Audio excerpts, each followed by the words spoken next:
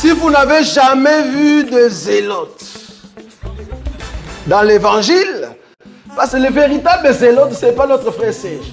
Moi, je suis un premier zélote. Alléluia. On s'est dit aujourd'hui que nous allons passer dans des questions-réponses. Amen. Tellement que nous avions eu un temps pour les enseignements sur les 10 vierges. Et nous, maintenant, aujourd'hui, c'est l'heure pour nous de poser quelques questions dès là où on n'a pas compris. Toute question possible que toi tu as par rapport à la parole de Dieu, tu peux aussi la poser, profiter dans ce temps ici. Donc, que tu te sentes libre à poser ces questions. Amen. Que le Saint-Esprit de Dieu nous aide, car c'est lui seul qui est le plus sage, le plus intelligent, qui va nous répondre au travers de sa parole. Amen. Mais avant de passer de cela, je vais demander à tous ceux qui viennent d'arriver dans cet endroit pour la première fois de se mettre debout. Nous allons vous accueillir. Alléluia. On acclame le Seigneur. Alléluia. Les frères, nous vous accueillons au nom de Jésus-Christ.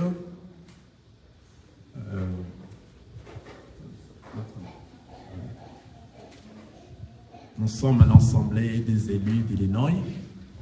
Nous parlons de la part de notre Seigneur Jésus-Christ. Notre objectif, c'est de préparer l'épouse à la rencontre de l'époux. Alors nous sommes vraiment focalisés dans ça. Amen. Nous parlons vraiment beaucoup plus de Jésus, de Jésus-Christ. Notre évangile, c'est l'évangile de Christ. Et nous sommes christocentriques. On ne parle que de lui et on se prépare à sa rencontre bientôt dans les airs. Amen. Vous avez la parole, si vous pourrez nous donner votre nom. Amen. Chacun de nous. Je suis François Jamili, je suis nouveau dans la zone.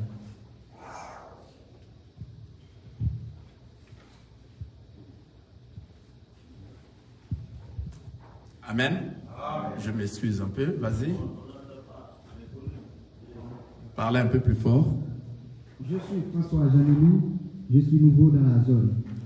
Le frère s'appelle François Jamili, c'est un nouveau dans la zone, donc nous espérons que sa place là où il s'est tenu debout, sera pour lui pour de bon. Amen. Amen.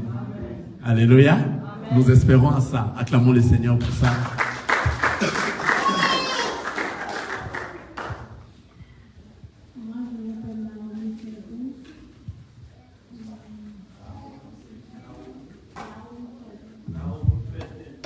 Vas-y.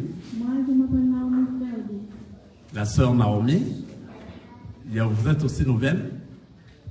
Non. Vous êtes ici depuis combien de temps? Une semaine seulement? Donc ça dit vous venez aussi d'arriver, donc que nous rendons gloire à Dieu. Alléluia. Nous acclamons aussi pour le Seigneur pour ça. Alléluia.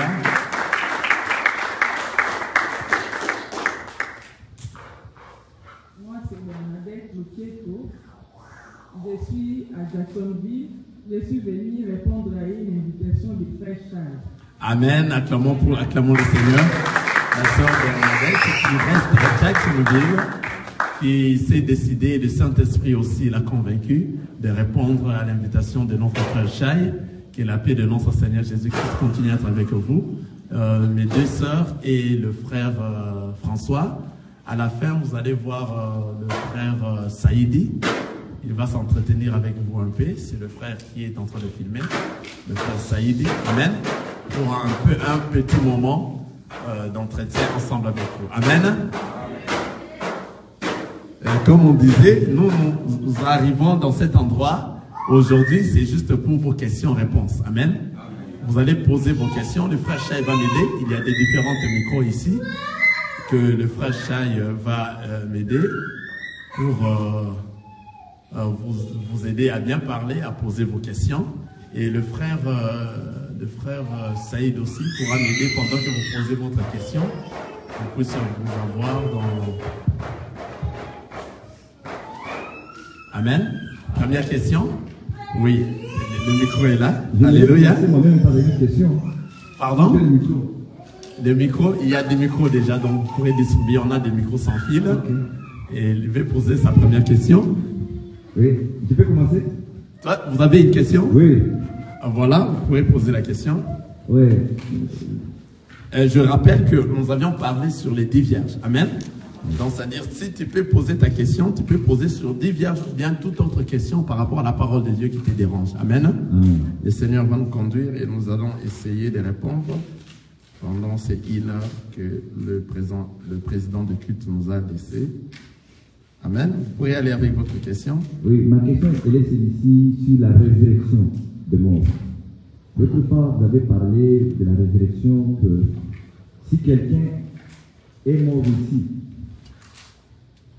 son corps sera ressuscité dans un autre endroit. Est-ce que la résurrection n'est pas des corps, esprit et âme, ou bien la résurrection est d'âme seulement? Comment quelqu'un qui peut mourir des corps dans un autre endroit pour être ressuscité d'esprit dans un autre endroit? Là, j'espère que vous ne m'avez pas bien suivi. Amen. Oui. Vous avez dit tout à fait le contraire de ce que j'ai dit. Amen. Amen. Donc, nous avions dit que si quelqu'un est mort dans l'endroit où tu es, ça sera dans ce même endroit que tu seras ressuscité. Donc, si je suis mort ici, le jour de l'enlèvement, c'est mon âme a quitté de cet endroit. C'est à partir de cet endroit que je suis mort que mon âme va aller vers le ciel. Ce n'est pas les corps qu'on va transporter pour aller mettre dans le cercueil. Là-bas, les âmes ne seront pas ressuscitées qui n'étions pas morts dans cet endroit-là. Est-ce que vous comprenez? Effectivement, vous avez dit seulement ce que vous avez dit, donc j'avais bien compris. C'est-à-dire, si la personne est morte ici, oui. Pardon, ma question Oui. est ici. La résurrection est-il seulement des corps d'esprit ou de l'âme? Parce qu'il possède les corps, esprit et âme. Quand vous dites que je meurs ici, et ma famille va m'enterrer au Congo, va enterrer mon corps au Congo, les jours de l'enlèvement. De l'enlèvement, si tu étais un enfant de Dieu, un chrétien. Un enfant de Dieu.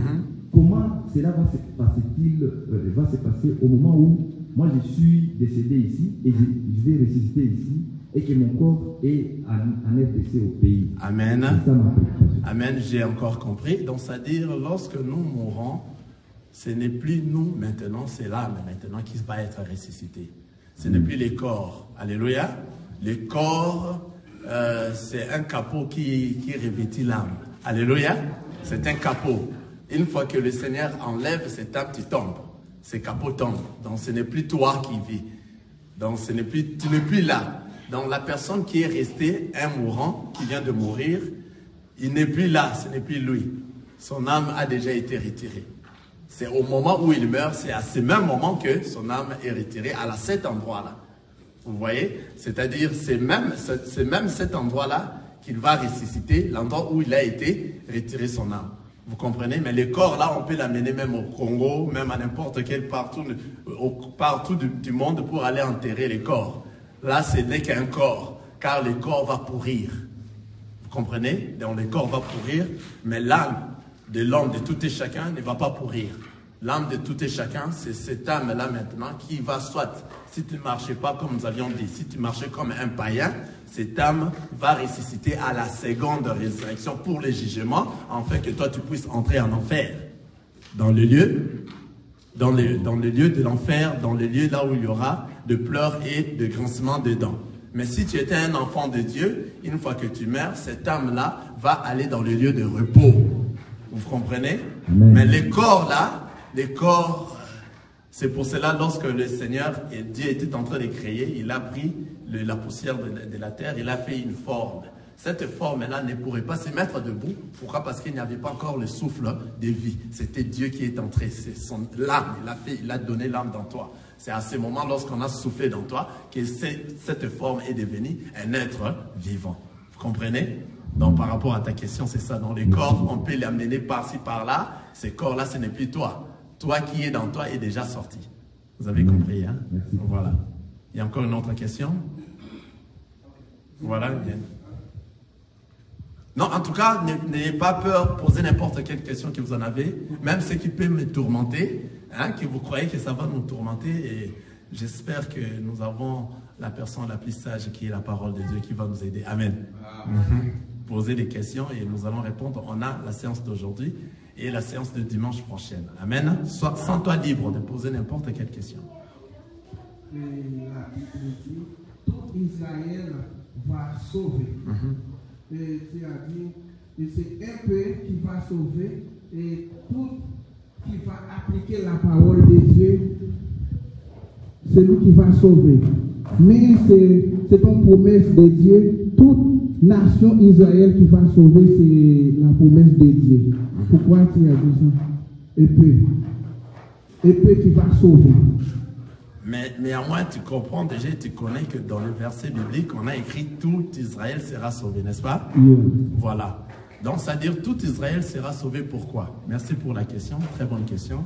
C'est-à-dire après l'enlèvement. Actuellement ici, Israël ne croit pas à la parole de Dieu. Or, la parole de Dieu était venue d'abord pour le peuple d'Israël. Nous sommes les nations, on ne savait pas, ça ne nous concernait pas. C'est par la grâce que le Seigneur a fait que nous puissions être sauvés, nous les nations. La grâce, c'est une faveur imméritée. Une chose que nous, on ne s'entendait pas à ça. C'est ça la grâce. Une faveur imméritée. C'est Dieu a choisi son peuple qui est Israël, afin qu'il marche avec Israël.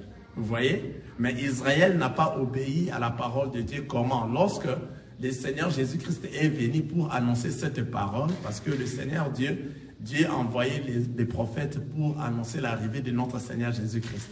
Mais tous les prophètes qui venaient, Israël tuait ces prophètes. Vous comprenez? Maintenant, Dieu lui-même s'est dit il faut qu'il descende lui-même en forme d'un humain, afin qu'il vienne sauver Israël. Mais en venant, lorsqu'il prêche Israël, Israël n'a pas voulu le recevoir. Pourquoi? Parce que Israël avait déjà la loi qui était venue avec Moïse. Israël croyait connaître déjà la parole. Ils étaient déjà tout. Or, Jésus-Christ était venu était venu pour sauver maintenant, avec la grâce, Israël. Mais ils ont ignoré Jésus-Christ. Ils l'ont tué. Lorsqu'ils l'ont tué, en dehors de la ville, c'était directement là où nous étions les nations. Nous l'avions reçu. Vous voyez? Nous avions accompli ce que le Seigneur Jésus avait tracé dans la parole de Dieu. Nous devons recevoir ce que Israël a repoussé. Vous voyez? Maintenant, nous sommes des nations. Israël, jusqu'à présent, depuis que Jésus est venu, ils n'ont jamais accepté à l'existence de Jésus-Christ sur la terre. Ils disent que Jésus n'est pas Dieu, ils n'acceptent pas ça. Mais nous, les nations, nous avions compris et Dieu nous a fait grâce de le recevoir et de comprendre réellement que c'est lui qui est le Dieu le Tout-Puissant. Vous voyez, Israël les a rejetés et à ce moment ici, Israël ne croit pas en Jésus-Christ. La parole de Jésus est prêchée pour nous, c'est pour cela que nous parlons que la grâce, c'est une faveur imméritée. Nous, à qui le Seigneur n'avait pas tenu compte, mais le Seigneur nous a fait grâce afin que nous puissions recevoir le Christ comme Seigneur et Sauveur. Maintenant, parmi les nations, ce n'est pas toutes les nations qui vont les recevoir. Je vais arriver pour Israël. Ce n'est pas toutes les nations qui vont accepter le Seigneur Jésus-Christ. Il a dit seulement à tous ceux qui l'ont reçu et croient à son nom. Vous croyez? Donc, vous voyez, c'est-à-dire dans le monde entier, il y aura seulement, parmi les nations, il y aura seulement ceux qui l'ont reçu et croient à son nom. Ce sont que ceux-là qui sont appelés des enfants de Dieu et qui seront enlevés, et une autre partie va passer comme le vierge folle à la grande tribulation, et puis ils vont ressusciter à la première résurrection. Mais Israël, comme ils n'ont pas cru jusqu'à présent, ils attendent les Messies venir. Vous comprenez cela? Mais le jour de l'enlèvement, lorsque les vierges sages seront enlevés, c'est à ce moment maintenant que Dieu va se souvenir d'Israël. Alléluia. Dieu va se souvenir d'Israël. Pourquoi? Parce qu'il avait fait aussi alliance avec Israël. Car il a appelé dans la parole de Dieu, Israël était son premier-né, son fils premier-né. Vous voyez? Il va se souvenir à Israël. C'est pour cela qu'il va envoyer les deux anges. Maintenant, en se souvenant en Israël, ils ne vont pas tous entrer comme ça directement. Il faut qu'ils aillent à écouter la parole que nous sommes en train d'écouter aujourd'hui. Les deux anges viendront, tel qu'on avait parlé dans la parole de Dieu, pour aller maintenant prêcher Israël. Le jour de l'enlèvement, la grâce, ça sera la fin des temps de la grâce chez les nations. Vous comprenez? Maintenant, les deux anges iront prêcher Israël, le Seigneur Jésus-Christ. C'est ce que nous sommes en train de prêcher aujourd'hui. Maintenant, tout Israël qui vont rester là-bas vont croire à cette parole-là. Ils vont croire à notre Seigneur Jésus-Christ. Vous voyez? Ils vont accepter le Seigneur Jésus-Christ comme Seigneur et Sauveur. C'est cette histoire que nous avions vue dans Apocalypse chapitre 12. Vous voyez, cette femme-là qui fouillait, couronnée, ceci, cela. Et lorsque Israël vont croire à cela, ça fera que Israël ne voudront pas que l'Antéchrist puisse aller se mettre dans le lieu très saint, dans les temples de Jérusalem qui sera construit. Vous savez déjà qu'on est entré, on a déjà fait un maquette, un plan de la construction des temples de Jérusalem. Donc, c'est-à-dire ces choses qui sont dans la parole de Dieu est vrai. Après l'enlèvement, après l'enlèvement, il y aura une construction du temple en Jérusalem. Parce que déjà ici, en Israël, la capitale était Tel Aviv. On a déjà redonné la capitale à Jérusalem. Jérusalem était la capitale. Après, dans des anciens temps, la capitale d'Israël était devenue Tel Aviv. Mais lorsque Trump est venu, il a dit non, c'est injuste, il faut que la capitale revienne à Jérusalem. Pourquoi? Parce que c'est à Jérusalem que tous les écrits ont été écrits. C'est par là qu'on va construire le temple de Jérusalem. Ils vont reconstruire les temples de Jérusalem. Alors l'Antéchrist, il va se dire le roi du monde pendant son temps de 7 ans. Il va se dire que lui, comme il est l'Antéchrist, c'est lui qui va diriger tout le monde. Il faut qu'il puisse diriger aussi Israël. Et il va s'efforcer pour aller s'asseoir dans le lieu très saint, ou ça dans les temples qui sera construit en Israël. Or, pendant qu'il va se décider d'aller là-bas, le peuple d'Israël, ils auront déjà à recevoir la parole de Dieu que les 2 anges les ont donné et ils ont accepté cela. Ils ne vont pas accepter que l'Antichrist vienne s'asseoir dans le lieu très simple, dans ce temple-là. Eux vont croire à Jésus-Christ à ce moment-là. Vous voyez? Il y aura une guerre vraiment, la guerre que nous appelons l'Armageddon. Alléluia. C'est à ce moment que vous voyez toutes les nations, parce que toutes les nations à ce moment, après l'enlèvement, vont s'incliner et ils auront les 666, la marque de la bête, de l'Antichrist. C'est à ce moment maintenant que toutes les nations vont aller combattre Israël. Vous comprenez? Ils vont aller combattre Israël et ils vont tuer tout Israël. Vous comprenez cela? Bien sûr qu'il y aura de ceux qui vont fuir, mais ils vont tuer presque tout Israël. Et le Seigneur a dit, après que le peuple d'Israël ait compris la parole de Dieu, ils ont réussi la parole de Dieu, et tous seront ressuscités pour la gloire. Ils vont ressusciter ensemble avec le Vierge folle à la première résurrection, et ils vont entrer dans le millénium. C'est pour cela que tout Israël sera sauvé. Vous avez compris? Si tu n'as pas compris, tu me dis de continuer. Amen. Donc c'est ça, je suis en train de prendre seulement le briefing. Parce que pour donner aussi le temps aux autres de poser leurs questions et puis de continuer. Mais tu peux continuer ta question si tu y en as. Mais je pense que lorsque c'est la promesse de Dieu, quel que soit Israël qui péché, Dieu va faire grâce. Je n'ai pas bien compris ta question.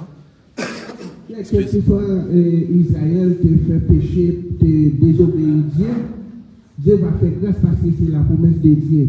Tout Israël va sauver. Non, non, c'est-à-dire, même si il a posé sa question, il a dit, même si Israël péchait, c'est la promesse de Dieu, parce que Dieu les a promis. Actuellement, tous ceux qui sont en train de mourir actuellement en Israël, qui ne croient pas au Seigneur Jésus-Christ, ne verront pas le ciel. Est-ce que vous voyez cela? Donc, tous ceux qui ne croient pas, parce que pour que tu sois sauvé, pardon? Tous les Israéliens, nous sommes en train de dire de la nation Israël, tous les Israéliens qui ne croient pas à la parole de Dieu qui meurent, car la parole dit, ceux qui seront sauvés sont ceux-là qui vont croire à sa parole. La parole, donc c'est-à-dire celui qui va croire à Jésus-Christ sera sauvé, parce que c'est lui qui est la vie. Il est la vie et il est la résurrection. Celui qui ne croit pas en lui ne sera pas sauvé. Ceux qui croiront à lui ne sont que ceux-là qui vont être sauvés. Actuellement, ceux qui meurent, qui ne croient pas au peuple, qui ne croient pas à Jésus-Christ, ne sont pas sauvés, même si tu es israélien, même si tu es du côté des nations. Si tu ne crois pas à notre Seigneur Jésus-Christ et que tu meurs pécheur, tu n'es pas sauvé. Mais après avoir que les 2 anges viennent, ils vont prêcher Israël. Tout Israël qui vont croire à cette parole, ils seront sauvés. Vous avez compris la parole? Ce sont eux qui seront sauvés. Et tous ceux qui vont croire à la personne de notre Seigneur Jésus-Christ, ceux qui vont le recevoir et croire à son nom, ils seront sauvés. Et ils seront, malheureusement, ils vont traverser la grande tribulation. Ils seront et tous abattus par l'Antéchrist. Et tous seront morts, mais et tous vont ressusciter à la première résurrection pour entrer dans les milléniums. Ils seront sauvés. Vous comprenez? C'est comme ça. Amen. Amen. Donc ce n'est pas qu'ils peuvent pécher comme ils veulent. Enfin, ils seront toujours sauvés. Non. Tout celui qui ne croit pas la parole de Dieu, à ce moment ici, tu meurs, tu es un pécheur. Amen. Tu n'as pas crié à la parole de Dieu. Il y aura certains de ceux-là qui sont des restes d'Israël. Ce sont ceux-là qui vont croire à la parole de Dieu. Lorsque les deux anges viendront, ils vont enseigner le peuple d'Israël. Et moi, je connais, il y a certains juifs qui aujourd'hui croient à la parole de Dieu. Alors, si vous croyez à la parole de Dieu, vous êtes sauvés. Amen. Celui qui ne croit pas à la parole de Dieu n'est pas sauvé. Amen. Voilà. Il y a une question? Chetson? Voilà. Alors, ma question c'est comment devons-nous comprendre la parabole des diviers? Parle un peu plus fort, je vais vous répondre. Comment devons-nous comprendre la parabole des diviers? A-t-il une valeur symbolique ou encore quelle est l'idée essentielle de la parabole des 10 vierges? L'idée essentielle de la parabole des 10 vierges. Ah voilà. Les 10 vierges que nous avions parlé, c'est là signifier l'Église. Amen. C'est tel que nous sommes dans le monde, il y a les enfants de Dieu qui ne sont pas, nous sommes dans le monde, mais nous ne sommes pas de ce monde. Nous sommes des gens qui sont mis à part. Alléluia. Nous composons l'Église. Mais tu crois que nous sommes dans le monde, mais nous ne sommes pas dans le monde. Vous croyez, vous voyez cela? Donc, tout enfant de Dieu, c'est une personne qui est mise à part. C'est un prédestiné qui a été déjà choisi avant la création. Vous voyez? Lui, coûte que coûte, il va comprendre la parole de Dieu et il va discerner où se trouve la vraie parole de Dieu qui va les remettre, qui va les reconduire à retourner à la maison. La maison, c'est le ciel. Vous voyez? Tout enfant de Dieu, tout celui qui est venu du ciel, tout celui qui est prédestiné, tout celui à qui il était une poussière qui a été rassemblée pour la création d'Adam, il ne va pas s'échapper à cette parole. Maintenant, tous ces gens-là, nous sommes encore dans le monde, et dans le monde, nous sommes confondus. Or, nous, les enfants de Dieu, nous ne marchons pas tel que le monde est en train de marcher. Nous marchons différemment. C'est pour ça qu'on nous appelle l'Église. Donc, les 10 vierges, c'est la composition du corps qui est l'Église. Dans le monde, nous sommes en train de marcher pendant ce temps de soir. Nous avons notre lampe et nous avions la lumière à l'intérieur. Et nous marchons. Nous marchons comment? Avec la parole de Dieu et nous marchons à la crainte de Dieu et nous mettons en pratique la parole de Dieu. C'est ça, la lampe qui est la parole de Dieu et la lumière, c'est l'enseignement de la parole. Alléluia. C'est la révélation de la parole.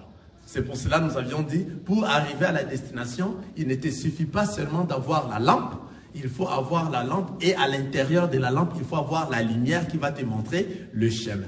Vous voyez, les 10 vierges avaient des lampes.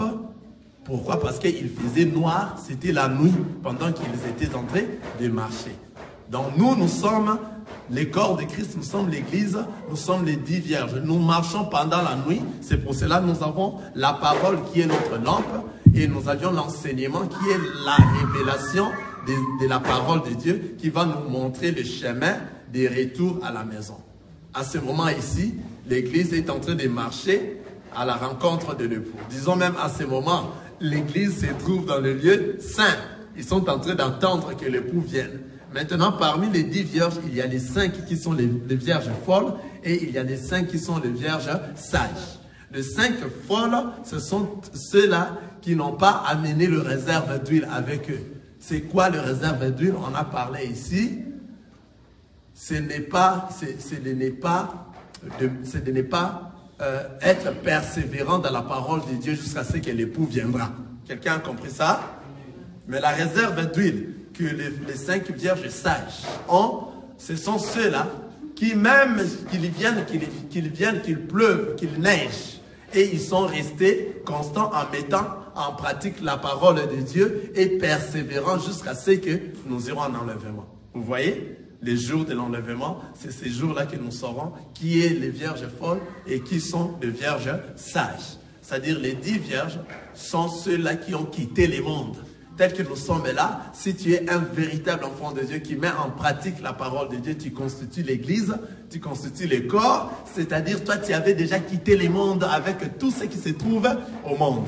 Tu marches maintenant à la rencontre de l'époux. Alors lorsque tu marches à la rencontre de l'époux, qu'est-ce qui t'aide? C'est ta lampe qui est la parole de Dieu et la lumière qui est les explications de cette parole-là. Maintenant, si toi, tu te retrouves dans un endroit où on ne fait que répéter la parole, les écrits tels qu'ils sont écrits, la personne qui vous prêche ne donne pas les explications de ce qui est caché parce que la parole, ce sont des choses cachées. Car Jésus-Christ lui-même a dit, je viendrai publier des choses cachées depuis la création du monde. Vous voyez, cette parole, ce sont des choses cachées. La personne qui doit la prêcher doit être mandatée pour bien comprendre des choses qui sont cachées. Ici, vous êtes des élus, vous savez déjà, lorsqu'on dit, je peux donner un exemple, que tous ceux qui respirent louent le Seigneur, par exemple. Vous voyez, nous comprenons, c'est une parole.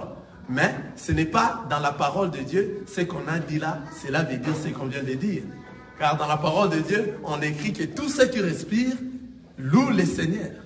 En réalité, ce n'est pas tout le monde qui respire. La parole de Dieu, lorsqu'il dit des respirations ici, ça ne parle que des enfants de Dieu qui marchent à la crainte de la parole de Dieu. Ce sont ceux-là qui ont la vie. Car la parole dit, celui qui a Jésus, il a la vie. Celui qui n'a pas Jésus, n'a pas de vie. Donc, c'est-à-dire, ceux qui respirent ne sont que ceux-là qui ont Jésus avec eux, qui ont reçu le Christ comme Seigneur et Sauveur dans leur vie. C'est-à-dire, parce qu'ils ont reçu le Christ comme Seigneur et Sauveur, ce sont que ceux-là qui vivent. Tous ceux qui ne marchent pas convenablement par rapport à la parole de Dieu ne vivent pas, ce sont des morts. Quelqu'un a vu ça? Amen. Quelqu'un a vu ça? C'est-à-dire, la personne qui vit, ce n'est que cette personne-là qui va louer l'Éternel. C'est lui qui ne vit pas. C'est lui qui est dans le monde, qui est un païen, qui fait des musiques profanes, qui est encore dans ce monde, dans des fétiches, dans des choses de ce monde, même s'il est en train de chanter pour la gloire du Seigneur, le Seigneur a dit, il n'écoute pas les prières d'un pécheur. C'est-à-dire, toi, tu n'es pas un vivant, comment est-ce que toi, on peut t'écouter? Le Seigneur écoute seulement celui qui vit. Or, la personne qui vit, ce n'est plus lui qui vit, c'est le Christ qui vit en lui. Donc, le Seigneur exauce que la prière de son Fils, qui est à l'intérieur de tout et chacun qui vit. Amen. Une autre question? Parce que l'église, il y a beaucoup de vieilles folles. Pas simplement c'est païen. Je m'excuse. Pas simplement c'est païen qui viennent folles. L'église, il y a beaucoup. L'église, il y a beaucoup de vieilles folles. Il y a beaucoup de vierges folles dans l'église. Yeah. Bon, en tout cas, pour savoir que celui-là est une vierge folle ou bien une vierge sage, ça se saura le jour de l'enlèvement. Ce sera ce jour-là que nous allons voir une différence. Vous voyez vraiment un pasteur qui prêche bien comme je suis là, je suis resté. Oh, pasteur, toi aussi tu es resté. Ah, pasteur était une vierge folle. Dans le jour de l'enlèvement déterminera qui réellement était la vierge folle et qui réellement était la vierge sage. C'est pour cela que le Seigneur nous dit, nous les enfants de Dieu, nous allons nous préparer. J'ai donné mon exemple, mais moi je serai la Vierge sage. Alléluia. Je suis en train de me préparer en conséquence. Que chacun se prépare en conséquence pour être la Vierge sage. Amen. Mais parmi l'église, il y a aussi de ceux-là qui sont restés dans le monde. Ce sont des païens, ceux qui sont restés dans le monde. Ce sont des païens. Amen. Des païens là, ce sont eux là que nous avions dit ici, qui ne verront pas le ciel. Ils vont rester. C'est difficile qu'ils puissent recevoir cette parole, même si tu prêchais à mourir. Quelqu'un comprend ça? Ces païens qui sont des païens, ils n'ont pas été pris pour créer Adam. C'est-à-dire, lorsque le Seigneur rassemblait les poussières de la terre, sa poussière là n'a pas été prise pour former les corps. Mais soit toi, si tu es un enfant de Dieu, sache que une de tes poussières a été prise pour former les corps. Alléluia. C'est ainsi que lorsqu'on va souffler sur les corps, l'homme va devenir, je m'excuse, un être vivant. Vous voyez cela? Donc c'est comme ça. Donc c'est comme ça. Et le Seigneur nous avait parlé, si nous avions dit dans les Écritures, ceux qui étaient là, ils ont compris qu'il y a des prédestinés, et il y a de ceux-là à qui leurs noms sont déjà écrits, et il y a de ceux-là qui leurs noms ne sont pas écrits. Nous avions lu ça dans les livres d'Apocalypse. Alléluia. On a vu ceux-là qui leurs noms n'ont pas été écrits. Dès la fondation du monde, c'est la parole qui dit ça. Alors le Seigneur Jésus-Christ est venu chercher seulement ceux-là dont leurs noms sont écrits. Alors ceux dont leurs noms sont écrits ne vont pas rater ces choses.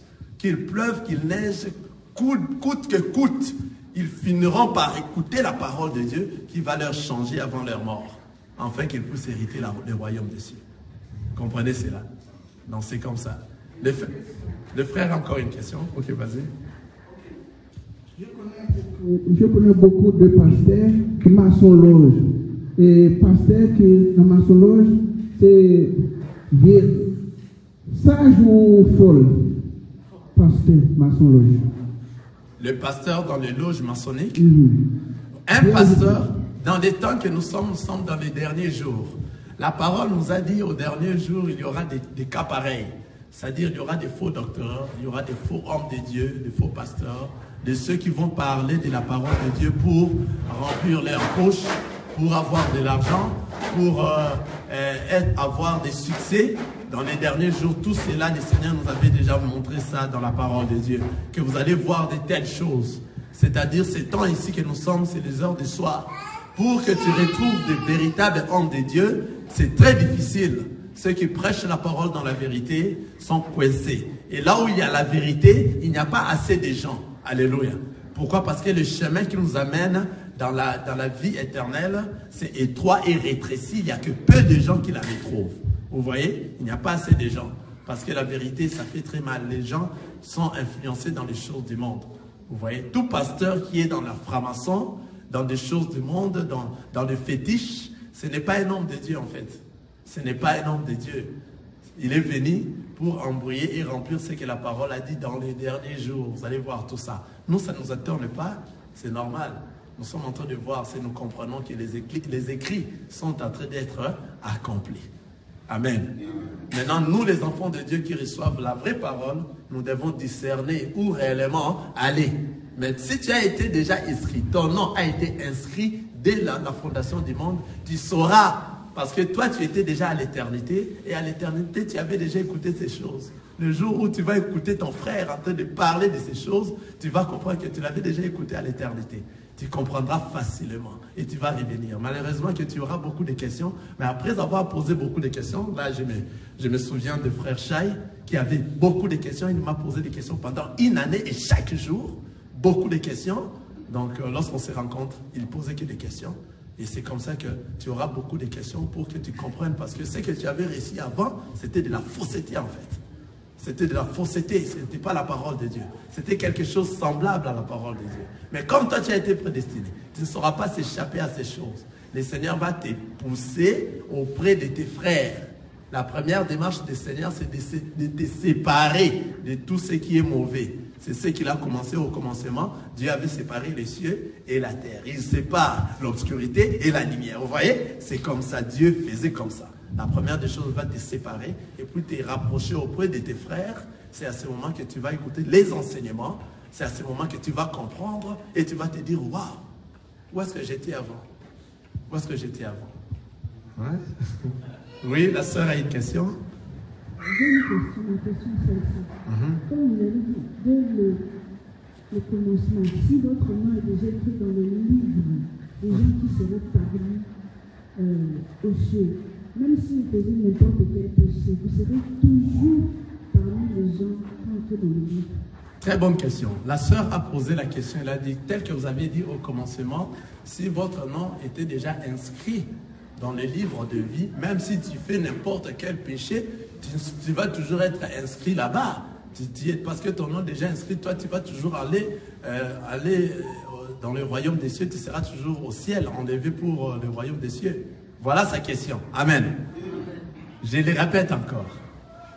C'est-à-dire, si réellement ton nom a été inscrit dans le livre de vie, si réellement ton nom a été inscrit dans le livre de vie, quels que soient les péchés que tu es en train de faire aujourd'hui, le Seigneur fera qu'aujourd'hui tu sois dans cet endroit pour écouter la vraie évangile. Et lorsque tu vas écouter la parole de Dieu, quelque chose va bouger dans toi. Tu ne pourras pas mourir sans que tu puisses recevoir la parole de Dieu, la vraie parole.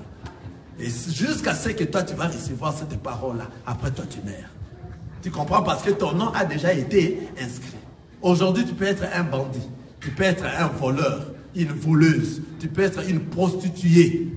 Mais si ton nom a été inscrit dans le livre de vie, ces choses, tu ne vas pas les échapper. Tu finiras par, le Seigneur Dieu finira par sa façon de te rapprocher à tes frères. Et tes frères, lorsqu'ils vont parler de la part du Seigneur, tu vas pleurer de tous tes péchés. Et directement, lorsque tu changes de vie, tu vas entrer dans le chemin.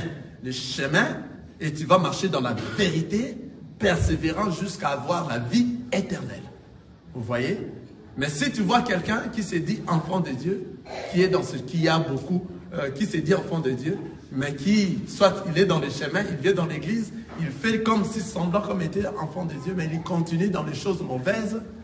Cet homme-là, on est en train d'attendre le jour de l'enlèvement pour savoir où il est. Alléluia. Donc, nous verrons. Sachez aussi, même si nous ne sommes pas enlevés, la mort aussi est là. C'est-à-dire, si tu meurs, pendant que tu vis, c'est le moment où toi, tu dois recevoir le Christ et comprendre les choses de Dieu et discerner où aller écouter cette parole qui va réellement te changer afin que tu sois prêt à retourner à la maison. Mais si tu n'arrives pas à comprendre ces choses, réellement, où sont les véritables paroles, tu es encore dans les troubles du monde. Mais les enfants de Dieu, que leurs noms sont inscrits, ma soeur, eux vont comprendre. Une fois que vous parlez, ta façon de parler, ça va les déranger dans un premier lieu, dans un premier temps. Pourquoi? Parce qu'il a mangé la nourriture qui n'était pas bien cuite. La mauvaise nourriture. Vous voyez? Maintenant, lorsque tu apportes la bonne nourriture, mélangée avec la mauvaise nourriture qu'il avait mangée depuis longtemps, ça crée de la diarrhée. Vous comprenez? Donc, il va avoir beaucoup de malaise. Mais il sera maintenant tourmenté lorsque tu es en train de poser la parole de Dieu. Tu es en train de parler de la part du Seigneur correctement. Ça va déranger son cœur. Ça va en tout cas le tourmenter. Et il va commencer à te chercher pour connaître encore plus. Et cela va les repousser auprès de ces pasteurs pour poser des questions. Mais comment vous dites cela? Mais j'ai écouté une parole comme il parle différemment de ce que j'ai écouté. Alléluia. C'est à ce moment qu'il va revenir. Coûte que coûte. Coûte que coûte. Il va revenir. Je donne l'exemple de l'homme sur la croix, le voleur sur la croix. C'était un voleur. Alléluia. Coûte que coûte. Un voleur qui a rencontré le Seigneur Jésus-Christ. L'autre a dit à Jésus, si tu es Dieu, délivre-toi et délivre-nous. Mais lui maintenant a dit à Jésus, à l'autre là, comment tu peux dire au roi comme ça? Parce que toi tu as connu la punition que lui. Vous voyez? Et puis il dit à Jésus, souviens-toi de moi à la fin du monde. En fait, le voleur n'avait pas l'enseignement, c'est pour ça qu'il a dit à la fin du monde. Le jour que tu viendras. Lorsqu'il dit, souviens-toi de moi le jour que tu viendras, cela veut dire la fin du monde parce que le Seigneur Dieu viendra sur la terre comme ça, comme il était monté. À la fin. Alléluia. Mais le Seigneur a compris que le voleur devait parler plutôt du temps de la grâce. C'est pour cela que le Seigneur l'a dit aujourd'hui. Aujourd'hui même, je serai avec toi où? Au paradis. C'est-à-dire aujourd'hui que le Seigneur a dit, c'est le temps de la grâce. Quelqu'un a vu ça? C'est le temps de la grâce. Ce n'est pas qu'aujourd'hui les voleurs, comme j'écoute d'autres pasteurs, les hommes de Dieu disent que les voleurs sont au paradis. Non. Il est dans le sein d'Abraham. Il est dans le repos comme tous les autres. Ils sont en train d'attendre le jour d'enlèvement pour aller. Donc aujourd'hui que le Seigneur Jésus a dit, c'est le temps de la grâce. Parce que lui, il est le même hier, aujourd'hui et éternellement. Quelqu'un comprend ça? Dans aujourd'hui que nous sommes, que le Seigneur est en train de dire que si vous entendez ma voix, aujourd'hui, n'endurcissez pas vos cœurs. Aujourd'hui qu'on est en train de dire, et aujourd'hui qu'on avait dit aux voleurs, c'est le temps de la grâce. Le voleur à ce moment, il se repose dans les seins d'Abraham, il attend l'enlèvement parce qu'il a la grâce. Amen. Coûte que coûte, le voleur s'est rencontré avec qui? avec la parole qui est le Seigneur Jésus-Christ. Coûte que coûte. Parce que son nom était déjà inscrit. Quelqu'un voit ça? Il y a une question encore? Oui. Matthieu 24, verset 13. Matthieu 24, attendez. Nous allons aller ici rapidement. Il dit, mais celui qui persévérera jusqu'à la fin sera sauvé.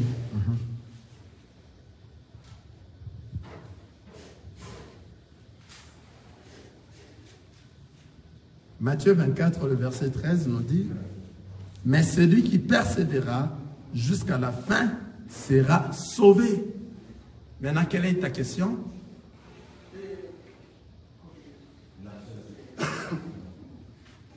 Quelle est ta question? Si vous avez même une autre question, vous pourrez poser. Parce que lorsque je venais hier, le frère m'a dit, j'ai des questions à te bombarder, mais je n'attends pas ces questions-là. Le frère chez Sand.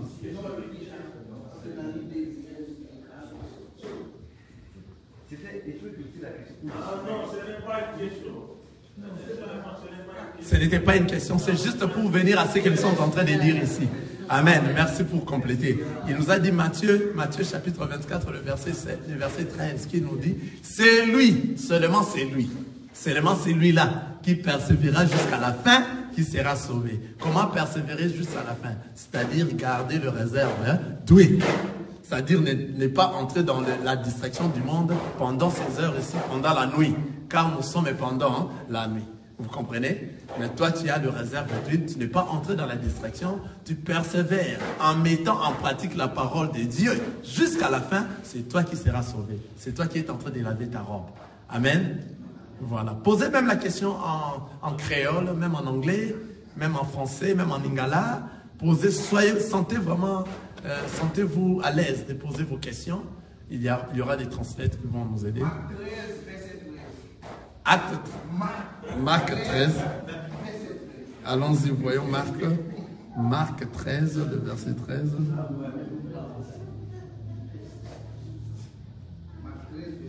Oui, Marc 13, le verset 13, on dit quoi? Je lis encore.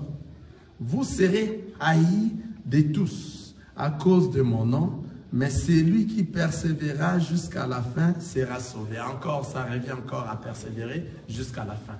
Sera sauvé. La personne qui va persévérer jusqu'à la fin n'est que cette personne-là à qui son nom est déjà inscrit parce que nous sommes des prédestinés. C'est lui qui va continuer à persévérer jusqu'à la fin, afin qu'il retourne. Nous, en fait, les enfants de Dieu, nous ne partons pas au ciel. Nous retournons parce que nous étions à l'éternité et nous allons retourner à l'éternité. Nous étions avant la création. Alléluia. Il y a une question, vas-y mon frère. Ok, la Bible est en train de parler de ces vierges. Mais quels sont le nom de ces vierges? Les 5 vierges sages. Les 10 vierges. Le nom des 10 vierges, c'est l'Église. L'Église qui est l'épouse de Christ. Maintenant, cette Église est scindée à 2. Vous voyez? L'Église est scindée à 2. Il y a une partie que nous appelons les 5 vierges sages et il y a une partie que nous appelons les 5 vierges folles. Maintenant, les sages seront enlevés et les folles vont rester et vont traverser la grande tribulation. Et ils ne vont pas céder. Pendant la grande tribulation, ils ne vont pas accepter la marque de la bête. Ils ne vont pas céder à la grande tribulation, à l'antéchrist. Vous voyez? Et on nous dit dans la parole de Dieu, tous les 5 vierges folles seront ressuscités à la première résurrection et ils vont entrer dans le millénium. Vous comprenez? Donc les 10 vierges constituent l'Église. C'est l'épouse. Vous êtes satisfait? Vous voulez continuer? Si vous voulez continuer, vous continuez. Amen. Si vous avez une autre question, vous posez.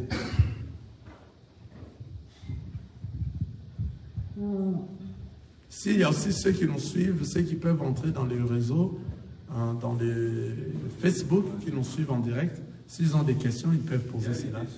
Voilà, nous allons revenir à ça. La sœur, vas-y. Parler sur la femme. Sur le foulard, porter le foulard. Les foulards des têtes. Il y a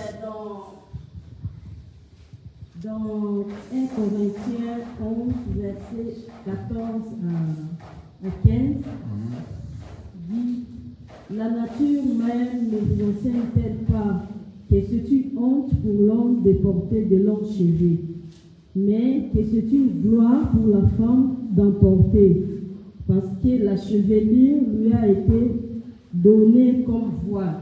Amen. Ici, on dit que la chevelure nous a été donnée comme voile. Pourquoi nous devons encore porter les Très bien, une très bonne question. Amen. J'espère qu'on n'a pas encore, depuis que nous sommes là, parlé sur le voile. Hein? Pas encore? Non. Bon, le Seigneur va nous aider, car c'est un enseignement, mais je vais palper, je vais aller rapidement sur ça. Amen. Nous allons reprendre le verset qui la sert à donner. Alléluia. Nous sommes dans 1 Corinthiens, chapitre 11, le verset...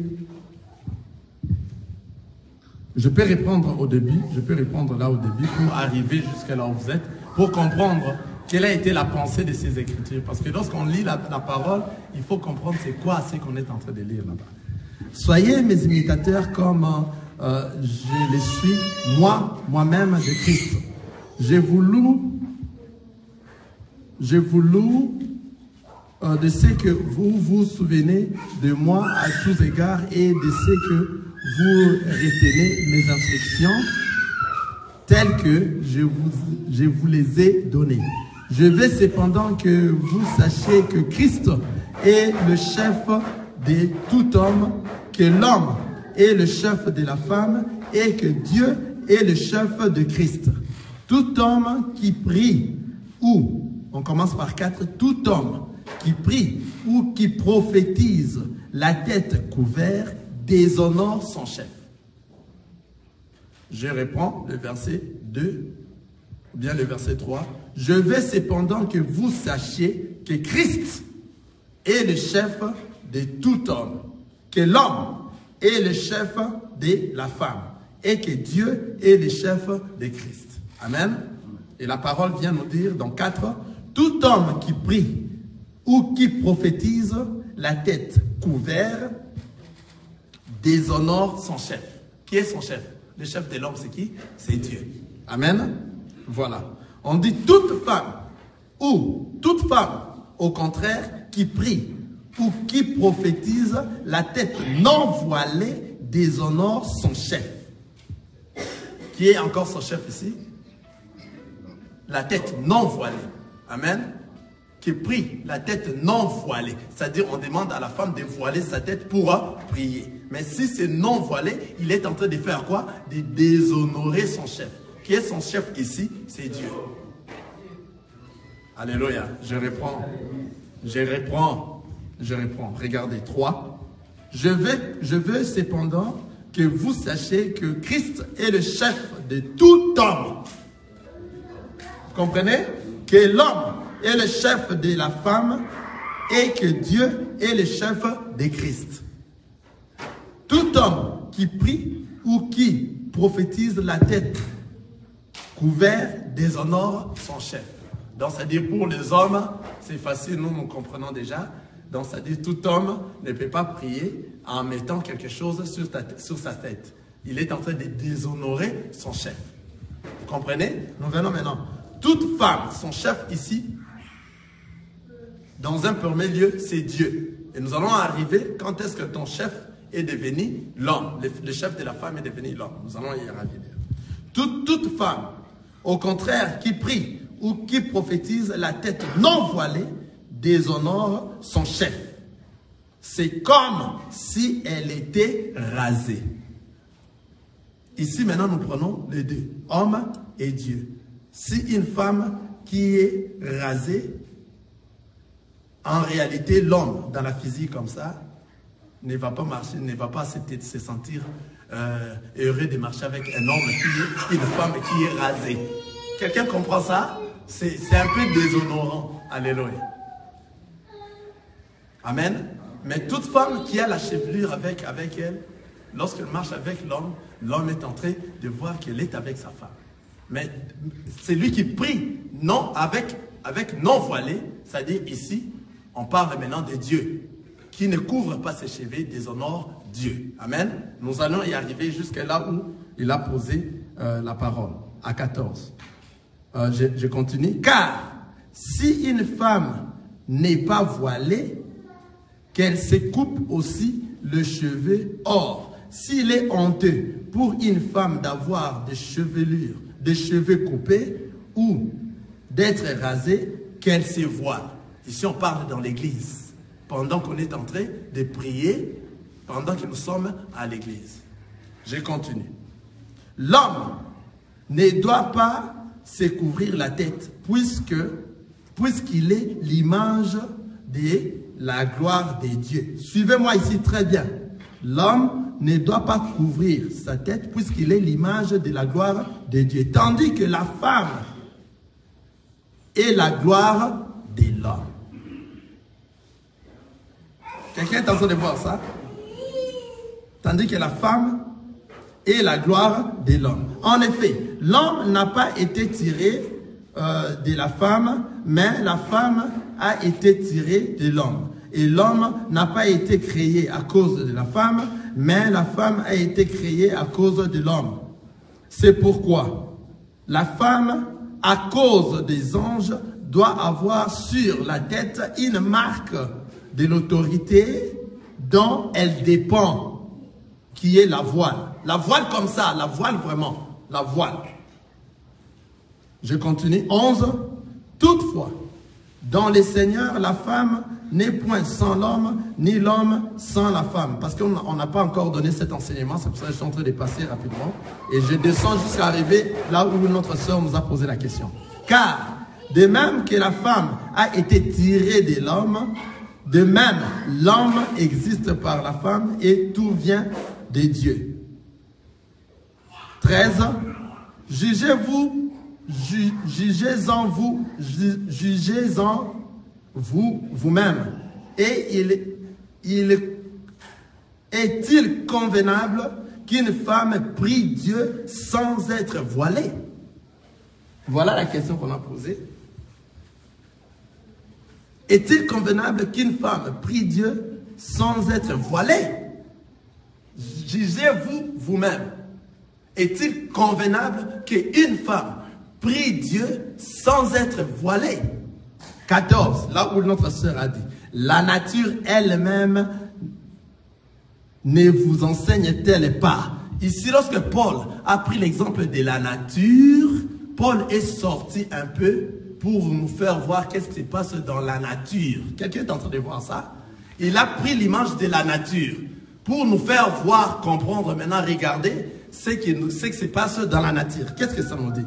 La nature elle-même ne vous enseigne-t-elle pas que c'est une honte pour l'homme de porter des longs cheveux, mais que c'est une gloire pour la femme d'en porter, c'est-à-dire le cheveu et la gloire de la femme. Donc, lorsque la femme est en train de voir ses chevelures, il se sent bien dans sa peau parce que les cheveux lui donnent la gloire. Je réponds cette partie. Je réponds. 13. Jugez-vous-en vous-même. Est-il convenable qu'une femme prie Dieu sans être voilée? La nature elle-même ne vous enseigne-t-elle pas que c'est une honte pour l'homme de porter de longs cheveux, mais que c'est une gloire pour la femme d'emporter, parce que la chevelure lui a été donnée comme, pas une voile, mais comme une voile. C'est-à-dire, ce n'est pas la chevelure. Les Écritures n'ont pas dit que la chevelure les a donnés pour voile. Non, les Écritures ont dit la chevelure chez la femme, là lui a été donnée comme une voile. Or, la chevelure chez la femme, c'est une gloire pour la femme. Quelqu'un voit ça? Je vais donner un enseignement un peu seulement. Ça, lorsque nous allons vraiment entrer en profondeur de cet enseignement, vous allez bien comprendre. Mais je vais aller encore beaucoup plus clair. On est en train de parler de Samson ici. Et Dalila. C'était Dalila? Dalila. C'est-à-dire, on a demandé à Dalila de demander à Samson d'où vient sa force. Parce qu'en réalité, Dieu avait des longs cheveux. Là, je commence maintenant à parler. Hein? En réalité, Dieu, avec sa force, c'est avoir des longs cheveux.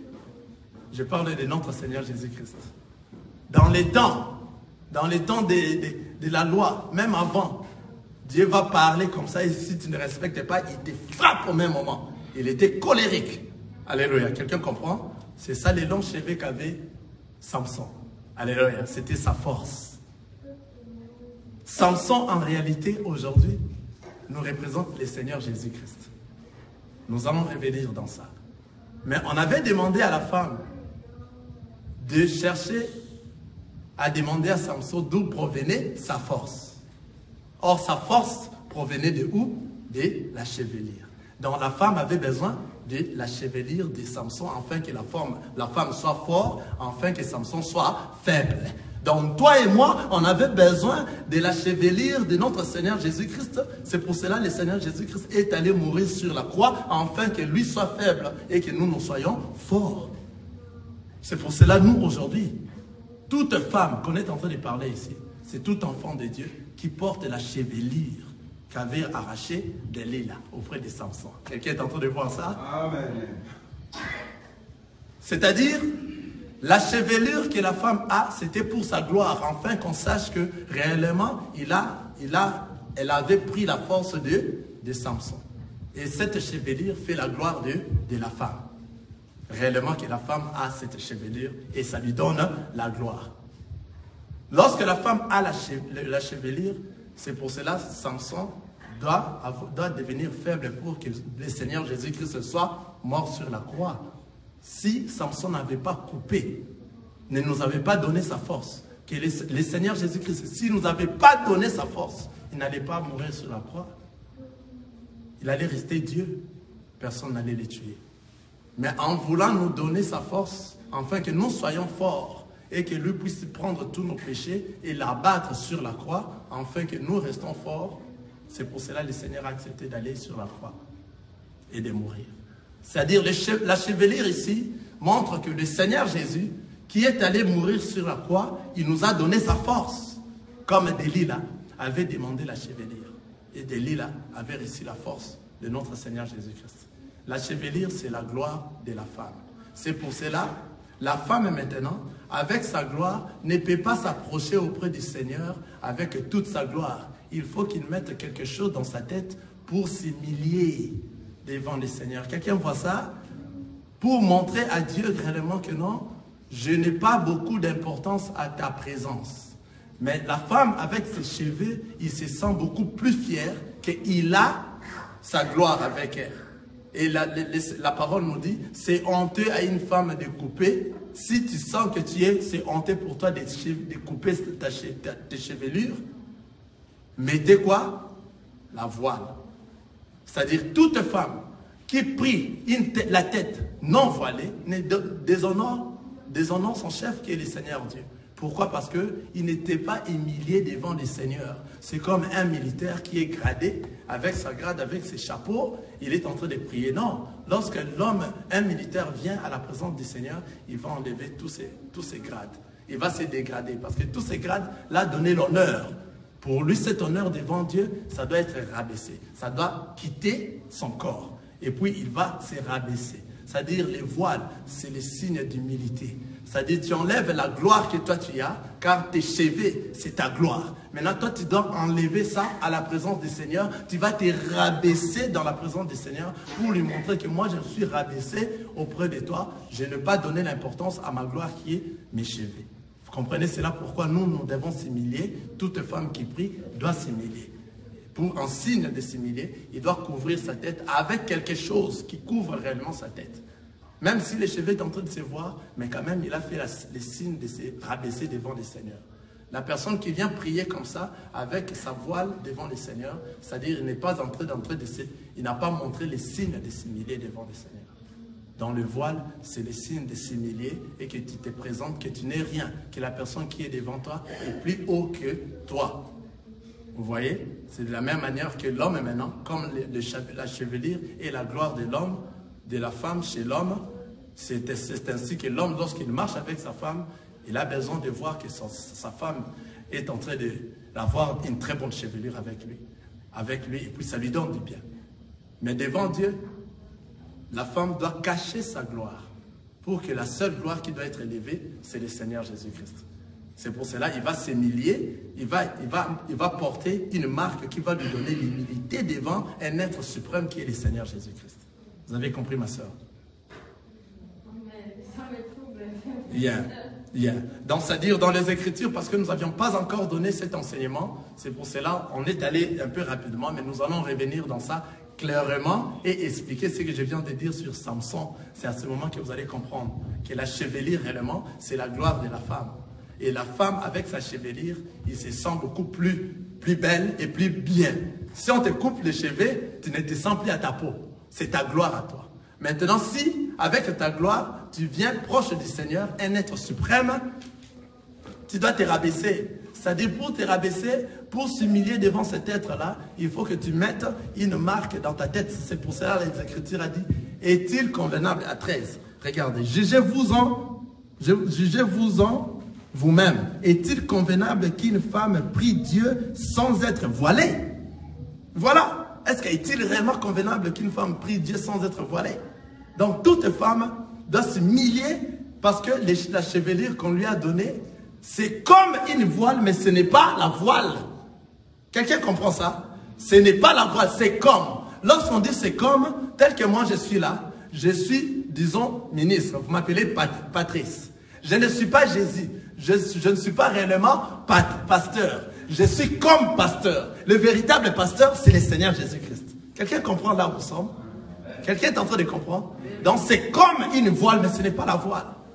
Mais lorsque tu veux maintenant entrer en la prière, tu dois te voiler pour un signe d'humilité devant l'être suprême, que toi tu as mis ta voile, tu as mis ta chevelure qui est ta gloire à côté. Maintenant devant le Seigneur, ce sont des choses sérieuses. Quelqu'un est en train de voir ça? C'est ce qu'on est en train d'expliquer ici. Mais nous aurons le temps de bien expliquer. Toute une dernière question. Nous allons le temps de bien enseigner cela prochainement. Parce qu'il faut d'abord enseigner, c'est un grand enseignement. Une autre question? Merci pour la question. Quelle est l'importance du baptême d'eau dans la vie d'un chrétien? Parce qu'il y a il y a d'autres chrétiens qui ont souvent l'habitude de dire que non, même si je ne suis pas baptisé, je serai toujours être enlevé. Quelle est cette importance? On a parlé sur le baptême ici, c'est-à-dire le baptême, c'est un symbole qui va montrer dans le monde publiquement que toi, tu n'es plus dans le monde, tu es devenu une nouvelle créature dans le Seigneur, tu es mort et tu es ressuscité. C'est-à-dire une personne qui réellement a reçu le Christ dans sa vie et il commence à marcher par rapport à la parole de Dieu. C'est lui-même, le Saint-Esprit dans lui, qui va le pousser pour qu'il puisse être baptisé. Afin qu'il montre publiquement au monde réellement que moi je ne suis plus au monde. Moi maintenant je suis dans ces camps ici. Les camps que je suis actuellement, c'est les camps des enfants de Dieu. Vous comprenez? Donc, c'est-à-dire, toi-même, tu seras poussé par l'Esprit du Seigneur afin que tu puisses accomplir ce que le Christ nous a dit comme, on appelle ça quoi? Doctrine dans la parole de Dieu. Donc, comme doctrine. C'est-à-dire, après avoir reçu le Seigneur et que la parole t'a changé, c'est-à-dire, le Christ est entré dans toi, c'est-à-dire, toi, tu es réellement devenu un enfant de Dieu dans la vérité. C'est le Saint-Esprit maintenant qui est dans toi. Tu comprends? Ça, c'est le premier baptême que tu as déjà reçu parce que tes yeux sont ouverts et tu as pris la décision de marcher à la crainte de la parole de Dieu. Et tu seras maintenant poussé par l'Esprit de Dieu de chercher les hommes de Dieu pour que tu sois baptisé. Vous voyez, enfin que tu montres maintenant au monde et puis tu respectes la doctrine qu'avait donnée notre Seigneur Jésus-Christ. Et au monde entier, ils sauront que réellement toi, tu as pris une décision de marcher à la crainte de la parole de Dieu. Maintenant, tout le monde va focaliser leurs yeux sur toi. Que tu marches vraiment comme toi, tu nous as montré que tu es enfant de Dieu. Mais si tu ne le fais pas, c'est-à-dire si tu ne remplis pas ce qui est dans la parole de Dieu, tu pèches. Parce que la parole de Dieu nous a dit, il faut remplir la doctrine telle qu'elle est. Vous comprenez? Donc c'est un peu ça. Voilà. On est presque à la fin. C'est au moins une autre question, une dernière, si quelqu'un en a. Il y a des questions en ligne? On peut avoir une question en ligne? Donc, maman, je peux revenir sur toi, sur le voile. Lorsqu'on dit dans la Bible comme, ce n'est pas ce qu'on dit. C'est comme, mais ce n'est pas. Donc, on t'a donné chevelure comme une voile. Parce que Paul a quitté, il a quitté ce qu'il était en train de dire. Il a dit maintenant, la nature elle-même, elle commence à parler maintenant de la nature. Elle ne parle pas de ce qu'il avait commencé au début. Que la femme réellement doit prier en mettant la voile dans sa tête. Et la voile, ce ne sont pas des perruques. La voile, c'est une marque, un symbole d'un habit, un étouffement, un étoffe qui va fermer tes cheveux. Ce n'est pas que si tu ne mets pas ça, le Seigneur ne va pas écouter ta parole, non. Mais juste pour respecter la parole de Dieu, c'est pour cela que nous mettons cela. Pour simuler, c'est rabaisser devant le Seigneur. Amen. Amen. Il y a des questions en ligne, il y a des frères et sœurs qui nous suivent. Mais il y a un frère qui Vous allez devoir nous excuser pour l'heure, quand nous répondons même à une question, parce que nous allons continuer les dimanches prochains dans des questions-réponses. Venez encore nombreux, afin que nous continuions. Il y a un frère qui nous a posé des questions. Il a posé 3 questions, compte tenu du temps. Donc, la semaine prochaine, je m'excuse. Sa première question était le frère Ghislain, si je veux prononcer. Ghislain Benoît, je connais les frères. Benoît. Sa question était d'où elle vient cette arrogance, cette autorité, c'est prophétisé, des femmes prophétisées, les pasteurs, les évangélistes, des femmes qui se disent ministres, qui se disent ministres du Seigneur Jésus, lorsqu'elles montent sur la chair pour prêcher. Reprenez un peu encore sa question. D'où leur vient cette arrogance, cette autorité à se prophétiser, pasteurs, évangélistes, ces femmes qui disent ministres du Seigneur Jésus lorsqu'elles montent sur la chair pour prêcher. Ah, voilà, le frère a posé la question des femmes ministères, les ministères des femmes de la parole. En réalité, dans l'ensemble des saints, on n'a jamais vu dans la parole de Dieu là où une femme avait prêché dans un ensemble des saints. Ça n'existe pas. D'où viennent ces choses-là? C'est le temps que nous sommes là. Dans les derniers jours, la parole nous dit, dans les derniers jours, nous allons voir toutes ces choses ici. Parce que les derniers jours nous ont apporté ce que nous appelons l'émancipation de la femme. Et ils ont apporté les choses du monde pour amener ça dans l'église. C'est pour ça qu'il y a un frère qui avait chanté. Confusion, confusion. Il a chanté confusion, confusion. Oh. Je cherche l'église, je les trouve dans le monde. Et je cherche le monde, je les trouve dans l'église. L'église qu'il cherchait là, ce n'est pas la vraie église pour les retrouver dans le monde. La vraie église, on ne peut pas la retrouver dans le monde. Ah, j'entendais quelqu'un dire amen. La vraie église, on ne peut pas la retrouver dans le monde. Parce que la vraie église, c'est le corps de notre Seigneur Jésus-Christ. Il respecte la parole de Dieu. Tout endroit où tu vois une femme en train de prêcher dans un ensemble de saints, c'est diabolique, satanique. Ils ne sont pas dans la parole de Dieu. Ils sont en train de prendre ce qui est dans le monde, qui est l'émancipation de la femme, et ramener ça dans l'église. Et ils se proclament, ils s'autoproclament des prophètes, ils s'autoproclament des femmes. Parce que dans la parole de Dieu, on n'a pas vu même un endroit, nous allons continuer ça le dimanche prochain. Si c'est là, ça t'a touché, que tu sois là le dimanche prochain. On n'a jamais vu dans la parole de Dieu un endroit où une femme a enseigné dans un ensemble des saints. Si vous en avez des versets, vous pourrez me les montrer. Comme ça, nous allons encore en débattre le dimanche qui suit. Et nous allons en parler en plus. Amen. Il n'y en a pas. Donc, le ministère de la parole d'autorité est réservé à l'homme. Ce n'est pas donné à une femme. Cela est réservé à l'homme. Pourquoi? C'est l'homme qui est la tête. Or, la tête, c'est le Seigneur Jésus-Christ. Nous, nous sommes les corps qui signifient l'église. Les corps ne peuvent pas prêcher la tête, mais c'est la tête qui prêche les corps. Quelqu'un est avec moi? Nous allons revenir sur ça. Alléluia. Mais dans l'église, les femmes jouent des rôles. Ce n'est pas seulement dans la prédication. Le ministère qui veut dire le service. Elles sont dans le service dans l'église. Il y en a beaucoup de services et les femmes ont des dons. Avoir les dons des prophéties, cela ne fait pas de toi un pasteur, un prophète pasteur. Parce que le ministère de la parole d'autorité, de la prophétie, c'est différent avec les dons.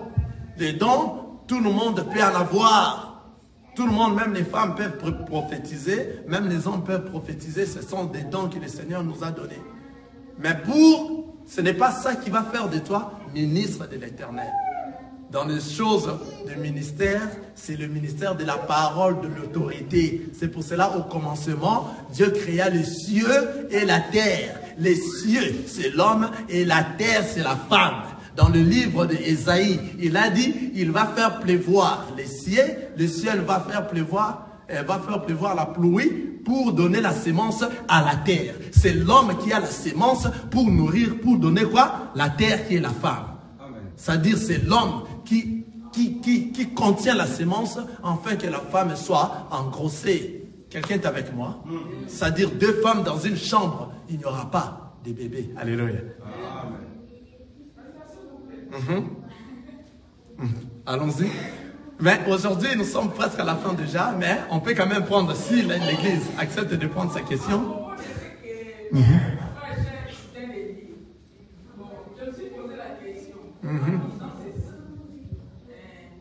Dans les communautés protestantes, ils ont des femmes comme pasteurs. Ces femmes-là ont fait la théologie. Maintenant, comment dirais-je? La communauté l'a consacré comme pasteur. Exemple, si elle est pasteur titulaire de cette église-là. Quand il prêche, est-ce que le Seigneur n'exauce pas sa prière parce qu'elle est femme à l'église ou bien comment? Amen. Tu veux ajouter? Voilà, je vais répondre rapidement. Le Seigneur n'exauce pas tout endroit où tu vois une femme prêcher la parole de Dieu dans un assemblée de saints, elle n'est pas en train d'obéir la parole de Dieu. C'est-à-dire, elle est en train de pécher comme une personne qui a volé. Quelqu'un comprend? Une personne qui vole, il est en train de pécher. C'est-à-dire, la parole nous dit quoi? La parole nous dit, le péché est la transgression de la loi. La loi nous interdit que la femme n'enseigne pas dans une assemblée des saints. Leurs prières ne sont pas exaucées par Dieu. Parce qu'elle n'a pas accepté, n'a pas obéi à la parole de Dieu. Elle ne peut pas le faire, elle doit se convertir. Elle ne peut pas se mettre là. C'est pour cela, dans la question de notre frère Binoata, elle a dit, d'où provient cette arrogance des femmes aujourd'hui pour qu'ils puissent prêcher dans un assemblée des saints et se disent des prophétesses, des pasteurs, des hommes de Dieu. C'est pour ça que nous avions dit, c'est parce qu'ils veulent mélanger ce qui est dans le monde, ils le rapportent dans l'église. Parce qu'on a parlé de l'émancipation de la femme dans le monde, ils veulent les amener dans l'église. C'est ce qui leur fait l'arrogance. Mais nous, les enfants de Dieu, des véritables églises de Dieu, des véritables assemblées de Dieu, lorsque nous marchons à l'obéissance à la parole de Dieu. On ne peut pas faire ce qui est en dehors de la parole de Dieu. C'est pour cela même à la création, le vrai pasteur, c'était Adam. Ce n'était pas Ève. Mais le jour où Ève avait prêché, c'est ce qui nous est arrivé jusqu'aujourd'hui. Encore une question. Vas-y. Mais nous aurons besoin de toi le dimanche prochain. Hein? Parce que c'est important, intéressant. Pour devenir un pasteur, il faut nécessairement faire la théologie ou bien devenir...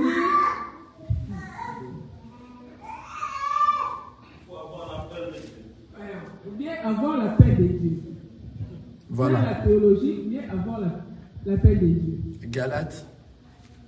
Bon, on n'a pas assez de temps, nous allons revenir dans ça. C'est-à-dire, tout celui qui est homme de Dieu aujourd'hui. Je réponds. Yeah. Je vais parce que ici, je ne connais pas. Moi, je suis congolaise. La RDC. Ah, vous êtes congolaise? Oui. Voilà. Chez nous, en RDC, ce que j'ai constaté, il y a beaucoup de pasteurs qui ont officiellement présenté leurs femmes comme aussi pasteurs adjoints et leurs enfants. C'est pourquoi je pose cette question. Si vous êtes un pasteur, après vous, normalement, vous allez succéder. Donc, quand vous êtes absent, en dehors de votre femme, de vos enfants, il y a encore des. Comment dire? Il y a encore des sages, des doyens de l'église. Des anciens? Les anciens de l'église. Voilà, j'ai compris. Les anciens ne peuvent pas prendre la relève de l'église et de donner la responsabilité à leur femme. Bon, l'église, vous allez me permettre que je réponde, n'est-ce pas? Voilà, merci. Merci. Elle a posé des questions. La première question, c'est comment devenir homme de Dieu. Amen. Est-ce qu'il faut suivre la théologie? J'ai dit ici que la théologie ne vient pas du Seigneur. Ça vient du diable. Ce sont des pratiques que l'Église catholique ont commencé et toutes ces églises protestantes, les églises de réveil ont suivi cela. Et une personne, je le réponds rapidement, une personne ne peut pas être consacrée par une autre personne. C'est Dieu seul qui consacre la personne de le ventre de sa maman, avant même qu'il vienne dans le monde. Il avait déjà choisi Daniel. C'était qui? C'était qui? Il avait déjà Samuel. Il avait déjà choisi Samuel de la ventre de sa maman. Jérémie, merci. C'était Jérémie, c'était pas Samuel. Merci mon frère. Donc il avait choisi Jérémie de le ventre de sa maman. Vous voyez, le Seigneur l'avait déjà consacré que lorsqu'il va naître, il viendra pour mon service. Vous comprenez? Paul était un tueur, n'est-ce pas? Il faisait tout ce qu'il voulait. Mais regardez ici, Paul, Galates chapitre 1, le verset 16, j'ai lu le verset 15, rapidement. Mais lorsqu'il plut à celui qui m'avait mis à part dès le sein de ma mère et qui m'a appelé par sa grâce de révéler en moi son fils, afin que je l'annonçasse parmi les païens, aussitôt je n'ai consulté ni la chair ni le sang. Vous comprenez? C'est-à-dire le Seigneur l'avait déjà mis à part. Tout homme de Dieu, le Seigneur l'avait déjà consacré. Le Seigneur Dieu avait déjà consacré depuis avant la création du monde. Il avait déjà mis cet homme lorsqu'il va aller dans ce monde. C'est pour cette mission que je l'ai donnée. Et lorsqu'il te consacre, c'est pour cela que vous voyez des prédications de Mélie Mélo. Parce que lorsqu'on te consacre dans la parole de Dieu, le Seigneur te mandate. Il va te donner son intelligence et sa sagesse de comprendre les Écritures. Tu vas expliquer les Écritures, mais tu ne feras pas la répétition des Écritures. Vous comprenez, là, il y a une grande différence. Donc c'est comme ça. Maintenant, lorsque toi, tu as été consacré, une personne comme ça, un autre pasteur ne peut pas consacrer un autre pasteur. Il est qui? C'est le Seigneur Dieu qui consacre, c'est le Seigneur Dieu qui établit les hommes de Dieu. Il t'avait déjà, oui, j'arrive dans ta question là, il t'avait déjà établi comme un homme de Dieu, depuis avant la création. Maintenant, qu'est-ce qui se passe?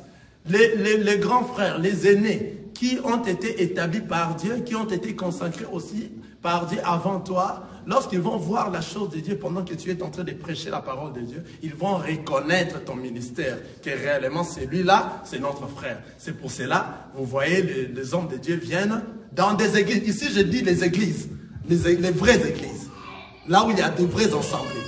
Vous allez voir les hommes de Dieu venir reconnaître le ministère des tels. Ils reconnaissent que cet homme, c'était ministre parce que en nous reconnaissant ce qu'il est en train de prêcher, en réalité, il a été mandaté par le Christ. En réalité, il a été déjà consacré par le Christ et établi. Nous sommes venus juste pour reconnaître ce que Dieu a mis en lui. Vous comprenez la parole de Dieu? C'est ça la parole de Dieu. Vous voyez, c'est comme ça que toi maintenant, qui es un homme qui a été déjà consacré par le Seigneur, vouloir ou pas, tu ne vas pas échapper à cela. Il y aura un moment, comme on vient de lire Paul ici, hein, comme on vient de lire, Paul a dit, lorsqu'il plie à celui qui m'avait mis à part, lorsqu'il va pleurer à celui qui t'avait mis à part, c'est à ce moment-là maintenant il va t'utiliser. C'est à ce moment-là maintenant qu'il va t'ouvrir les yeux et les oreilles. Tu comprends et tu commences à avoir les discernements. C'est à ce moment que tu vas parler de la part du Seigneur. Mais tu ne parleras pas cela comme le monde le parle. Tu vas les parler par rapport à ce que lui t'a donné. Il va te ramener auprès de tes frères et tes frères vont t'apprendre encore et la grâce que toi tu as réussi, tu seras ouvert rapidement et tu vas parler de la part du Seigneur correctement. Amen. Voilà, la deuxième question, c'est de laisser, lorsque tu es pasteur et que toi tu dois laisser ta responsabilité à ta famille. Si tu meurs, n'est-ce pas? Et que c'est ta famille maintenant qui devient, tu es pasteur, tu mets ta femme comme étant maman pasteur. Je t'ai dit déjà dans cette assemblée, ma femme n'est pas considérée comme maman pasteur. Ici, il n'y en a pas. Alléluia. Ces choses-là n'existent pas parce que ça n'existe pas à la parole de Dieu. C'est une sœur comme toute autre sœur. Si les sœurs sont en train de balayer l'église, elle aussi va balayer l'église. Les sœurs sont en train de faire ceci, elle aussi, elle est comme toute autre sœur. Vous voyez? C'est ça la parole de Dieu. Si déjà l'homme de Dieu commence à dire ma femme c'est une prophétesse, elle commence à m'accompagner, c'est de la fausseté, ça vient du diable. Vous voyez? Et maintenant après sa mort, elle ne peut jamais laisser cette responsabilité à sa femme ou bien à ses enfants, ce que c'est fait aujourd'hui. C'est parce qu'ils ne sont pas des hommes de Dieu. Ils ne sont pas des hommes de Dieu. Mais vous ne voyez pas. Pourquoi je vais parler? Je vais parler dans les Écritures. Mais suivez-moi, je ne vais pas ouvrir la parole. Mais je vais parler dans les Écritures. C'est-à-dire quoi? Dans l'ancienne, dans la loi, c'était, Dieu avait choisi la famille des Lévites, des Lévis. Ce sont eux qui se succédaient. Lorsque le père mort, l'autre va succéder pour la charge de l'église. Vous comprenez? Dans la famille. Mais depuis que le Seigneur Jésus-Christ est venu, alléluia, suivez-moi très bien ici, parce que nous allons finir par là. Depuis que le Seigneur Jésus-Christ est venu, lorsqu'il est venu, il a pris le sacerdoce. Tout a changé. Alléluia. Tout ce qu'il faisait avant, ça a changé. Pourquoi? Parce que le Seigneur Jésus-Christ a pris le sacerdoce. C'est lui maintenant qui parlait de la part du Seigneur dans l'église. Il prêchait la parole de Dieu. Et on l'a arrêté. Lorsqu'on l'a arrêté, maintenant on l'a amené sur la croix. On l'a tué sur la croix. Il est mort. Comme il est mort, maintenant, par rapport à la loi, il commençait à chercher qui va les succéder, n'est-ce pas? Il commençait à chercher qui va succéder Jésus. Qui va succéder. Pendant qu'ils étaient en train de chercher, ça fait 3 jours, le Seigneur est ressuscité. Il est vivant. Il est venu se succéder à sa propre. Quelqu'un est avec moi? Il est venu se succéder à sa propre quoi? Succession. Et jusqu'à présent, c'est lui qui est l'église. Donc dans l'église, il n'y a pas de pasteur, c'est le Seigneur Jésus-Christ qui est le pasteur. Il n'y a pas de docteur, c'est le Seigneur Jésus-Christ qui est le docteur. Il n'y a pas des évangélistes, c'est le Seigneur Jésus-Christ qui appartient à l'église. C'est lui qui est le visionnaire de l'église. Nous sommes corps, nous sommes des corps, mais nous ne sommes pas lui. Alléluia. Et il est vivant. Donc, c'est-à-dire, à partir de ça, il n'y a plus succession dans ce que se faisait pendant la loi. Pendant la loi, c'était dans la famille. Donc la famille, c'est lui qui meurt, l'autre prend la succession dans la famille des Lévites. Mais depuis que Jésus est venu, il est mort, on attendait après 3 jours, il est ressuscité, il est revenu dans sa propre succession. Il n'y a plus de ces choses-là. Alléluia. L'église appartient à Jésus-Christ. Lorsque tu es pasteur, que le Seigneur t'a donné la mission, après ta mort, ce sont ceux-là, c'est l'ensemble des anciens qui vont décider, qui vont continuer, qui va prendre la place. Toi, tu ne seras plus là. Ce n'est pas ta famille. L'église n'est pas ton boutique. L'église n'est pas là où toi, tu dois te nourrir comme si tu partais à la compagnie pour prendre de l'argent. Tu vas faire le service du Seigneur. S'il y a un salaire, on te paye ton salaire, c'est fini. Tu pars, toi et ta famille. Si tu meurs, l'église ne t'appartient pas. L'église appartient à Jésus-Christ. Le visionnaire de l'église, c'est Jésus-Christ. Alléluia. Alors, si vous voyez des pratiques pareilles, là, vous partez, sortez.